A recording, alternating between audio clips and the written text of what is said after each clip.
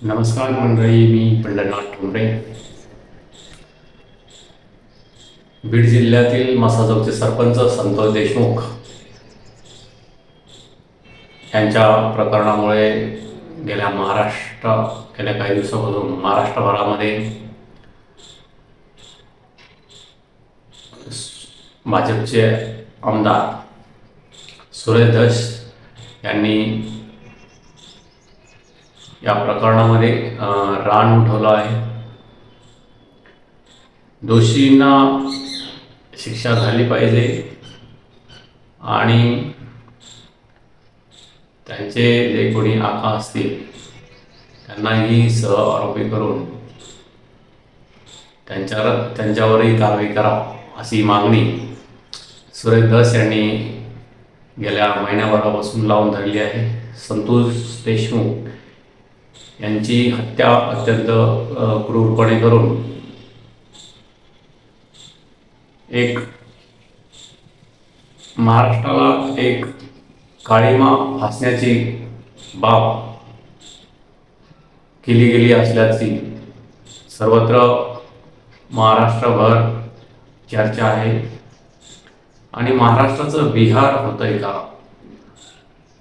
आणि त्या गुंड प्रवृत्तीला आणि पुढाऱ्यांना सरकार पाठीशी घालतंय का, असा एक आरोप सर्वसामान्यातून होत असतानाच सुरेश धस यांनी मात्र हे प्रकरण जोरदारपणे उचलून कोणत्याही परिस्थितीमध्ये या प्रकरणातील आरोपी, मुख्य आरोपी, सहआरोपी यांच्यावर शासनाने कारवाई केलीच पाहिजे, ही जोरदार मागणी सुरेश धस यांनी सुरुवातीपासून लावून धरली आहे. त्यामुळे संतोष देशमुख यांच्या कुटुंबियांना न्याय मिळणार हे मात्र निश्चित आहे. आणि या प्रकरणातील काही आरोपी पोलिसांच्या ताब्यात घेतले गेले आहेत. सुरेश धसांनी या प्रकरणातील जे आरोपी आहेत आणि त्यांचे मास्टर माइंड आणि त्यांचे काही जे आका आहेत राजकीय वर्गस्थ, यांनी सुरेश धसांचा धसकाच घेतलेला आहे. आणि या प्रकरणातले पाळेमुळे खोदून काढण्याचं काम सुरेश धस यांनी केल्याने सर्व महाराष्ट्रभर सध्या सुरेश धस यांची चर्चा सुरू आहे आणि त्यांना सर्व स्तरातूनच शाबासकी मिळत असल्याचे आपल्याला पाहावयास मिळते. सुरेश धसांनी संतोष देशमुख यांचं अपहरण करून त्यांची जी क्रूरपणे हत्या केली त्याचं सर्व विवेचन हिवाळी अधिवेशनात जेव्हा मांडलं तेव्हा संपूर्ण महाराष्ट्र हळहळला. अत्यंत क्रूरपणे ही हत्या केलेली होती. 150-200 वार संतोष देशमुख यांच्या अंगावर आपल्याला दिसले. त्यांचे फोटोही मारहाणीचे मीडियावर व्हायरल झाले आणि पोस्टमॉर्टममधूनही तेच आपल्याला दिसून आले. त्या संदर्भात संपूर्ण विवेचन सुरेश धस यांनी केलं आहे. आणि सुरेश धस यांनी महाराष्ट्रात ज्या काही अशा बाबी घडत आहेत त्याला शासनाने पाठीशी घालू नये आणि जे काही या प्रकरणात राष्ट्रवादीचे मंत्री धनंजय मुंडे यांना त्यांच्या राजीनाम्याची राज्यभरात मागणी होत आहे. त्या संदर्भात त्यांनी सुरेश धस यांनी राष्ट्रवादीचे प्रमुख अजितदादा यांनाही अजितदादा क्या हुआ तेरा वादा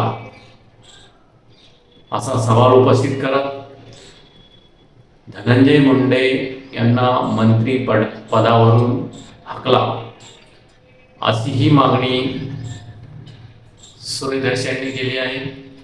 आणि या प्रकरणातील सर्व आरोपी जोपर्यंत पकडले जाणार नाही आणि त्याच्यावर कारवाई होणार नाही तोपर्यंत मी मागे हटणार नाही असा निश्चयच सुरेश धस यांनी केला आहे. त्यामुळे सुरेश धसांचा धसकाच या आरोपींनी या प्रकरणातील जे राजकीय वरदस्त आहे त्यांनी घेतल्याचा आपल्याला पाहावयास मिळतो.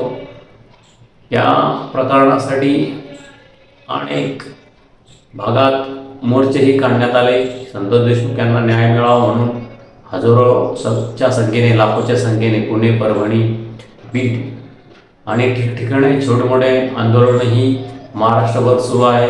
मात्र संतोष देशमुख यांना न्याय मिळालाच पाहिजे अशी ही मागणी करण्यात आलेली आहे आणि त्यातील जे आरोपी आहेत त्यांना फाशीची शिक्षा द्या अशी जोरदार मागणी या मोर्चाच्या माध्यमातून करण्यात आली आहे. आणि सुरेश धस यांनी मुख्यमंत्री देवेंद्र फडणवीस यांनाही या प्रकरणातील जे आरोपी आहे त्यांना फाशीची शिक्षा करा आणि जे संबंधित मंत्री आहेत त्यांचा राजीनामा घ्या आणि या प्रकरणात फडणवीस यांनीही, मुख्यमंत्री फडणवीस यांनीही लक्ष घातल्याचे पाहावयास मिळते. त्यांनीही या प्रकरणातील जे जे दोषी आढळले, तो मंत्री असो की एखाद्या पक्षाचा प्रमुख, त्याला मी सोडणार नाही असा शब्द संपूर्ण महाराष्ट्राला दिला आहे. त्यामुळे धसांना आणखीन बळ मिळाले असून धसांनी हे प्रकरण जोरदार उचलून धरले आहे आणि जोपर्यंत न्याय मिळत नाही तोपर्यंत धस माघार घेणारच नाही असे एकंदरीत चित्र आपल्याला दिसून येत आहे. त्यामुळे धसांच्या या आक्रमकपणाचा चांगला धसका राजकीय नेते, आरोपी आणि त्यांच्या संबंधित जे पुढारी आहेत त्यांनी घेतल्याचा आपल्याला पाहावयास मिळतो. तुम्ही नक्की कॉमेंट्समधून कळवा. आमदार सुरेश धस भाजपचे एक सत्ताधारी पक्षात असूनही पक्षाची प्रतिमा मलिन होते किंवा नाही होत आहे याचा विचार न करता एखाद्या कुटुंबात अन्याय होतोय आणि आपण तो उचलला पाहिजे आणि त्यांना न्याय मिळवून द्यायला पाहिजे, ही एक जी भूमिका सुरेश धस यांनी घेतली ती संपूर्ण महाराष्ट्रभर चर्चेली जात आहे. आणि सुरेश धसांनी जे गेल्या 1-1.5 महिन्यापासून हे प्रकरण उचलून धरले, इतर कुणीही भाजपच्या आमदारांनी आपल्याला या प्रकरणात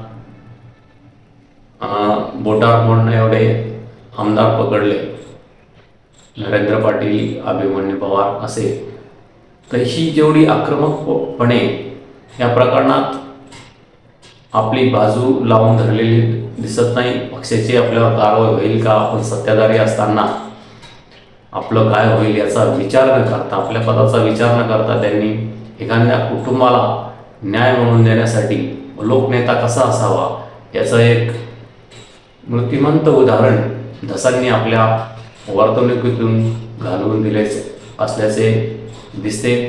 तुम्ही कॉमेंट्समधून नक्कीच कळवा. महाराष्ट्राला अशा नेत्यांची, अशा पुढाऱ्यांची गरज आहे की जे समाजासाठी लढू शकतात आणि त्यांना न्याय मिळवून देऊ शकतात, न की एखाद्या आरोपीला वाचवण्यासाठी आपल्या पदाचा उपयोग करू शकतात.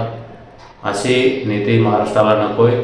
जे सर्वसामान्यांना न्याय मिळवून देतील अशा नेत्यांची महाराष्ट्राला गरज आहे. आणि त्यातील एकमेव सुरेश धस हे आपल्याला गेल्या महिन्याभरापासून आपल्याला दिसून येतात. पदावर असतानाही त्यांनी ही लढाई लढली आणि ते जिंकतील असं एकंदरीत दिसतं. यातील काही आरोपींना अटक झालेली आहे, त्यामुळे त्यांना बऱ्याच मोठ्या प्रमाणात यश आल्याचं आपल्याला पाहावयास मिळतं. एका मोठ्या राजकीय गुंडाच्या, त्याला राजकीय वरदस्त आहे अशा एका मोठ्या गुंडाला टक्कर त्यांनी दिली, ही मोठी बाब म्हणावे लागेल. तुम्ही कॉमेंट्समधून नक्कीच कळवा. अशा नेत्यांची महाराष्ट्राला गरज आहे. आणि या ठिकाणी असे प्रकरण घडू नये यासाठीही राज्य शासनाने तात्काळ योग्य ती कारवाई करावी असं संपूर्ण महाराष्ट्रातील जनतेचं मत आहे.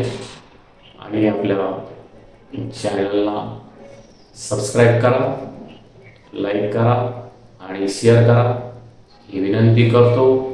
आणि कॉमेंट्समधून नक्कीच आपल्या प्रतिक्रिया या प्रकरणावर कळवा. धन्यवाद.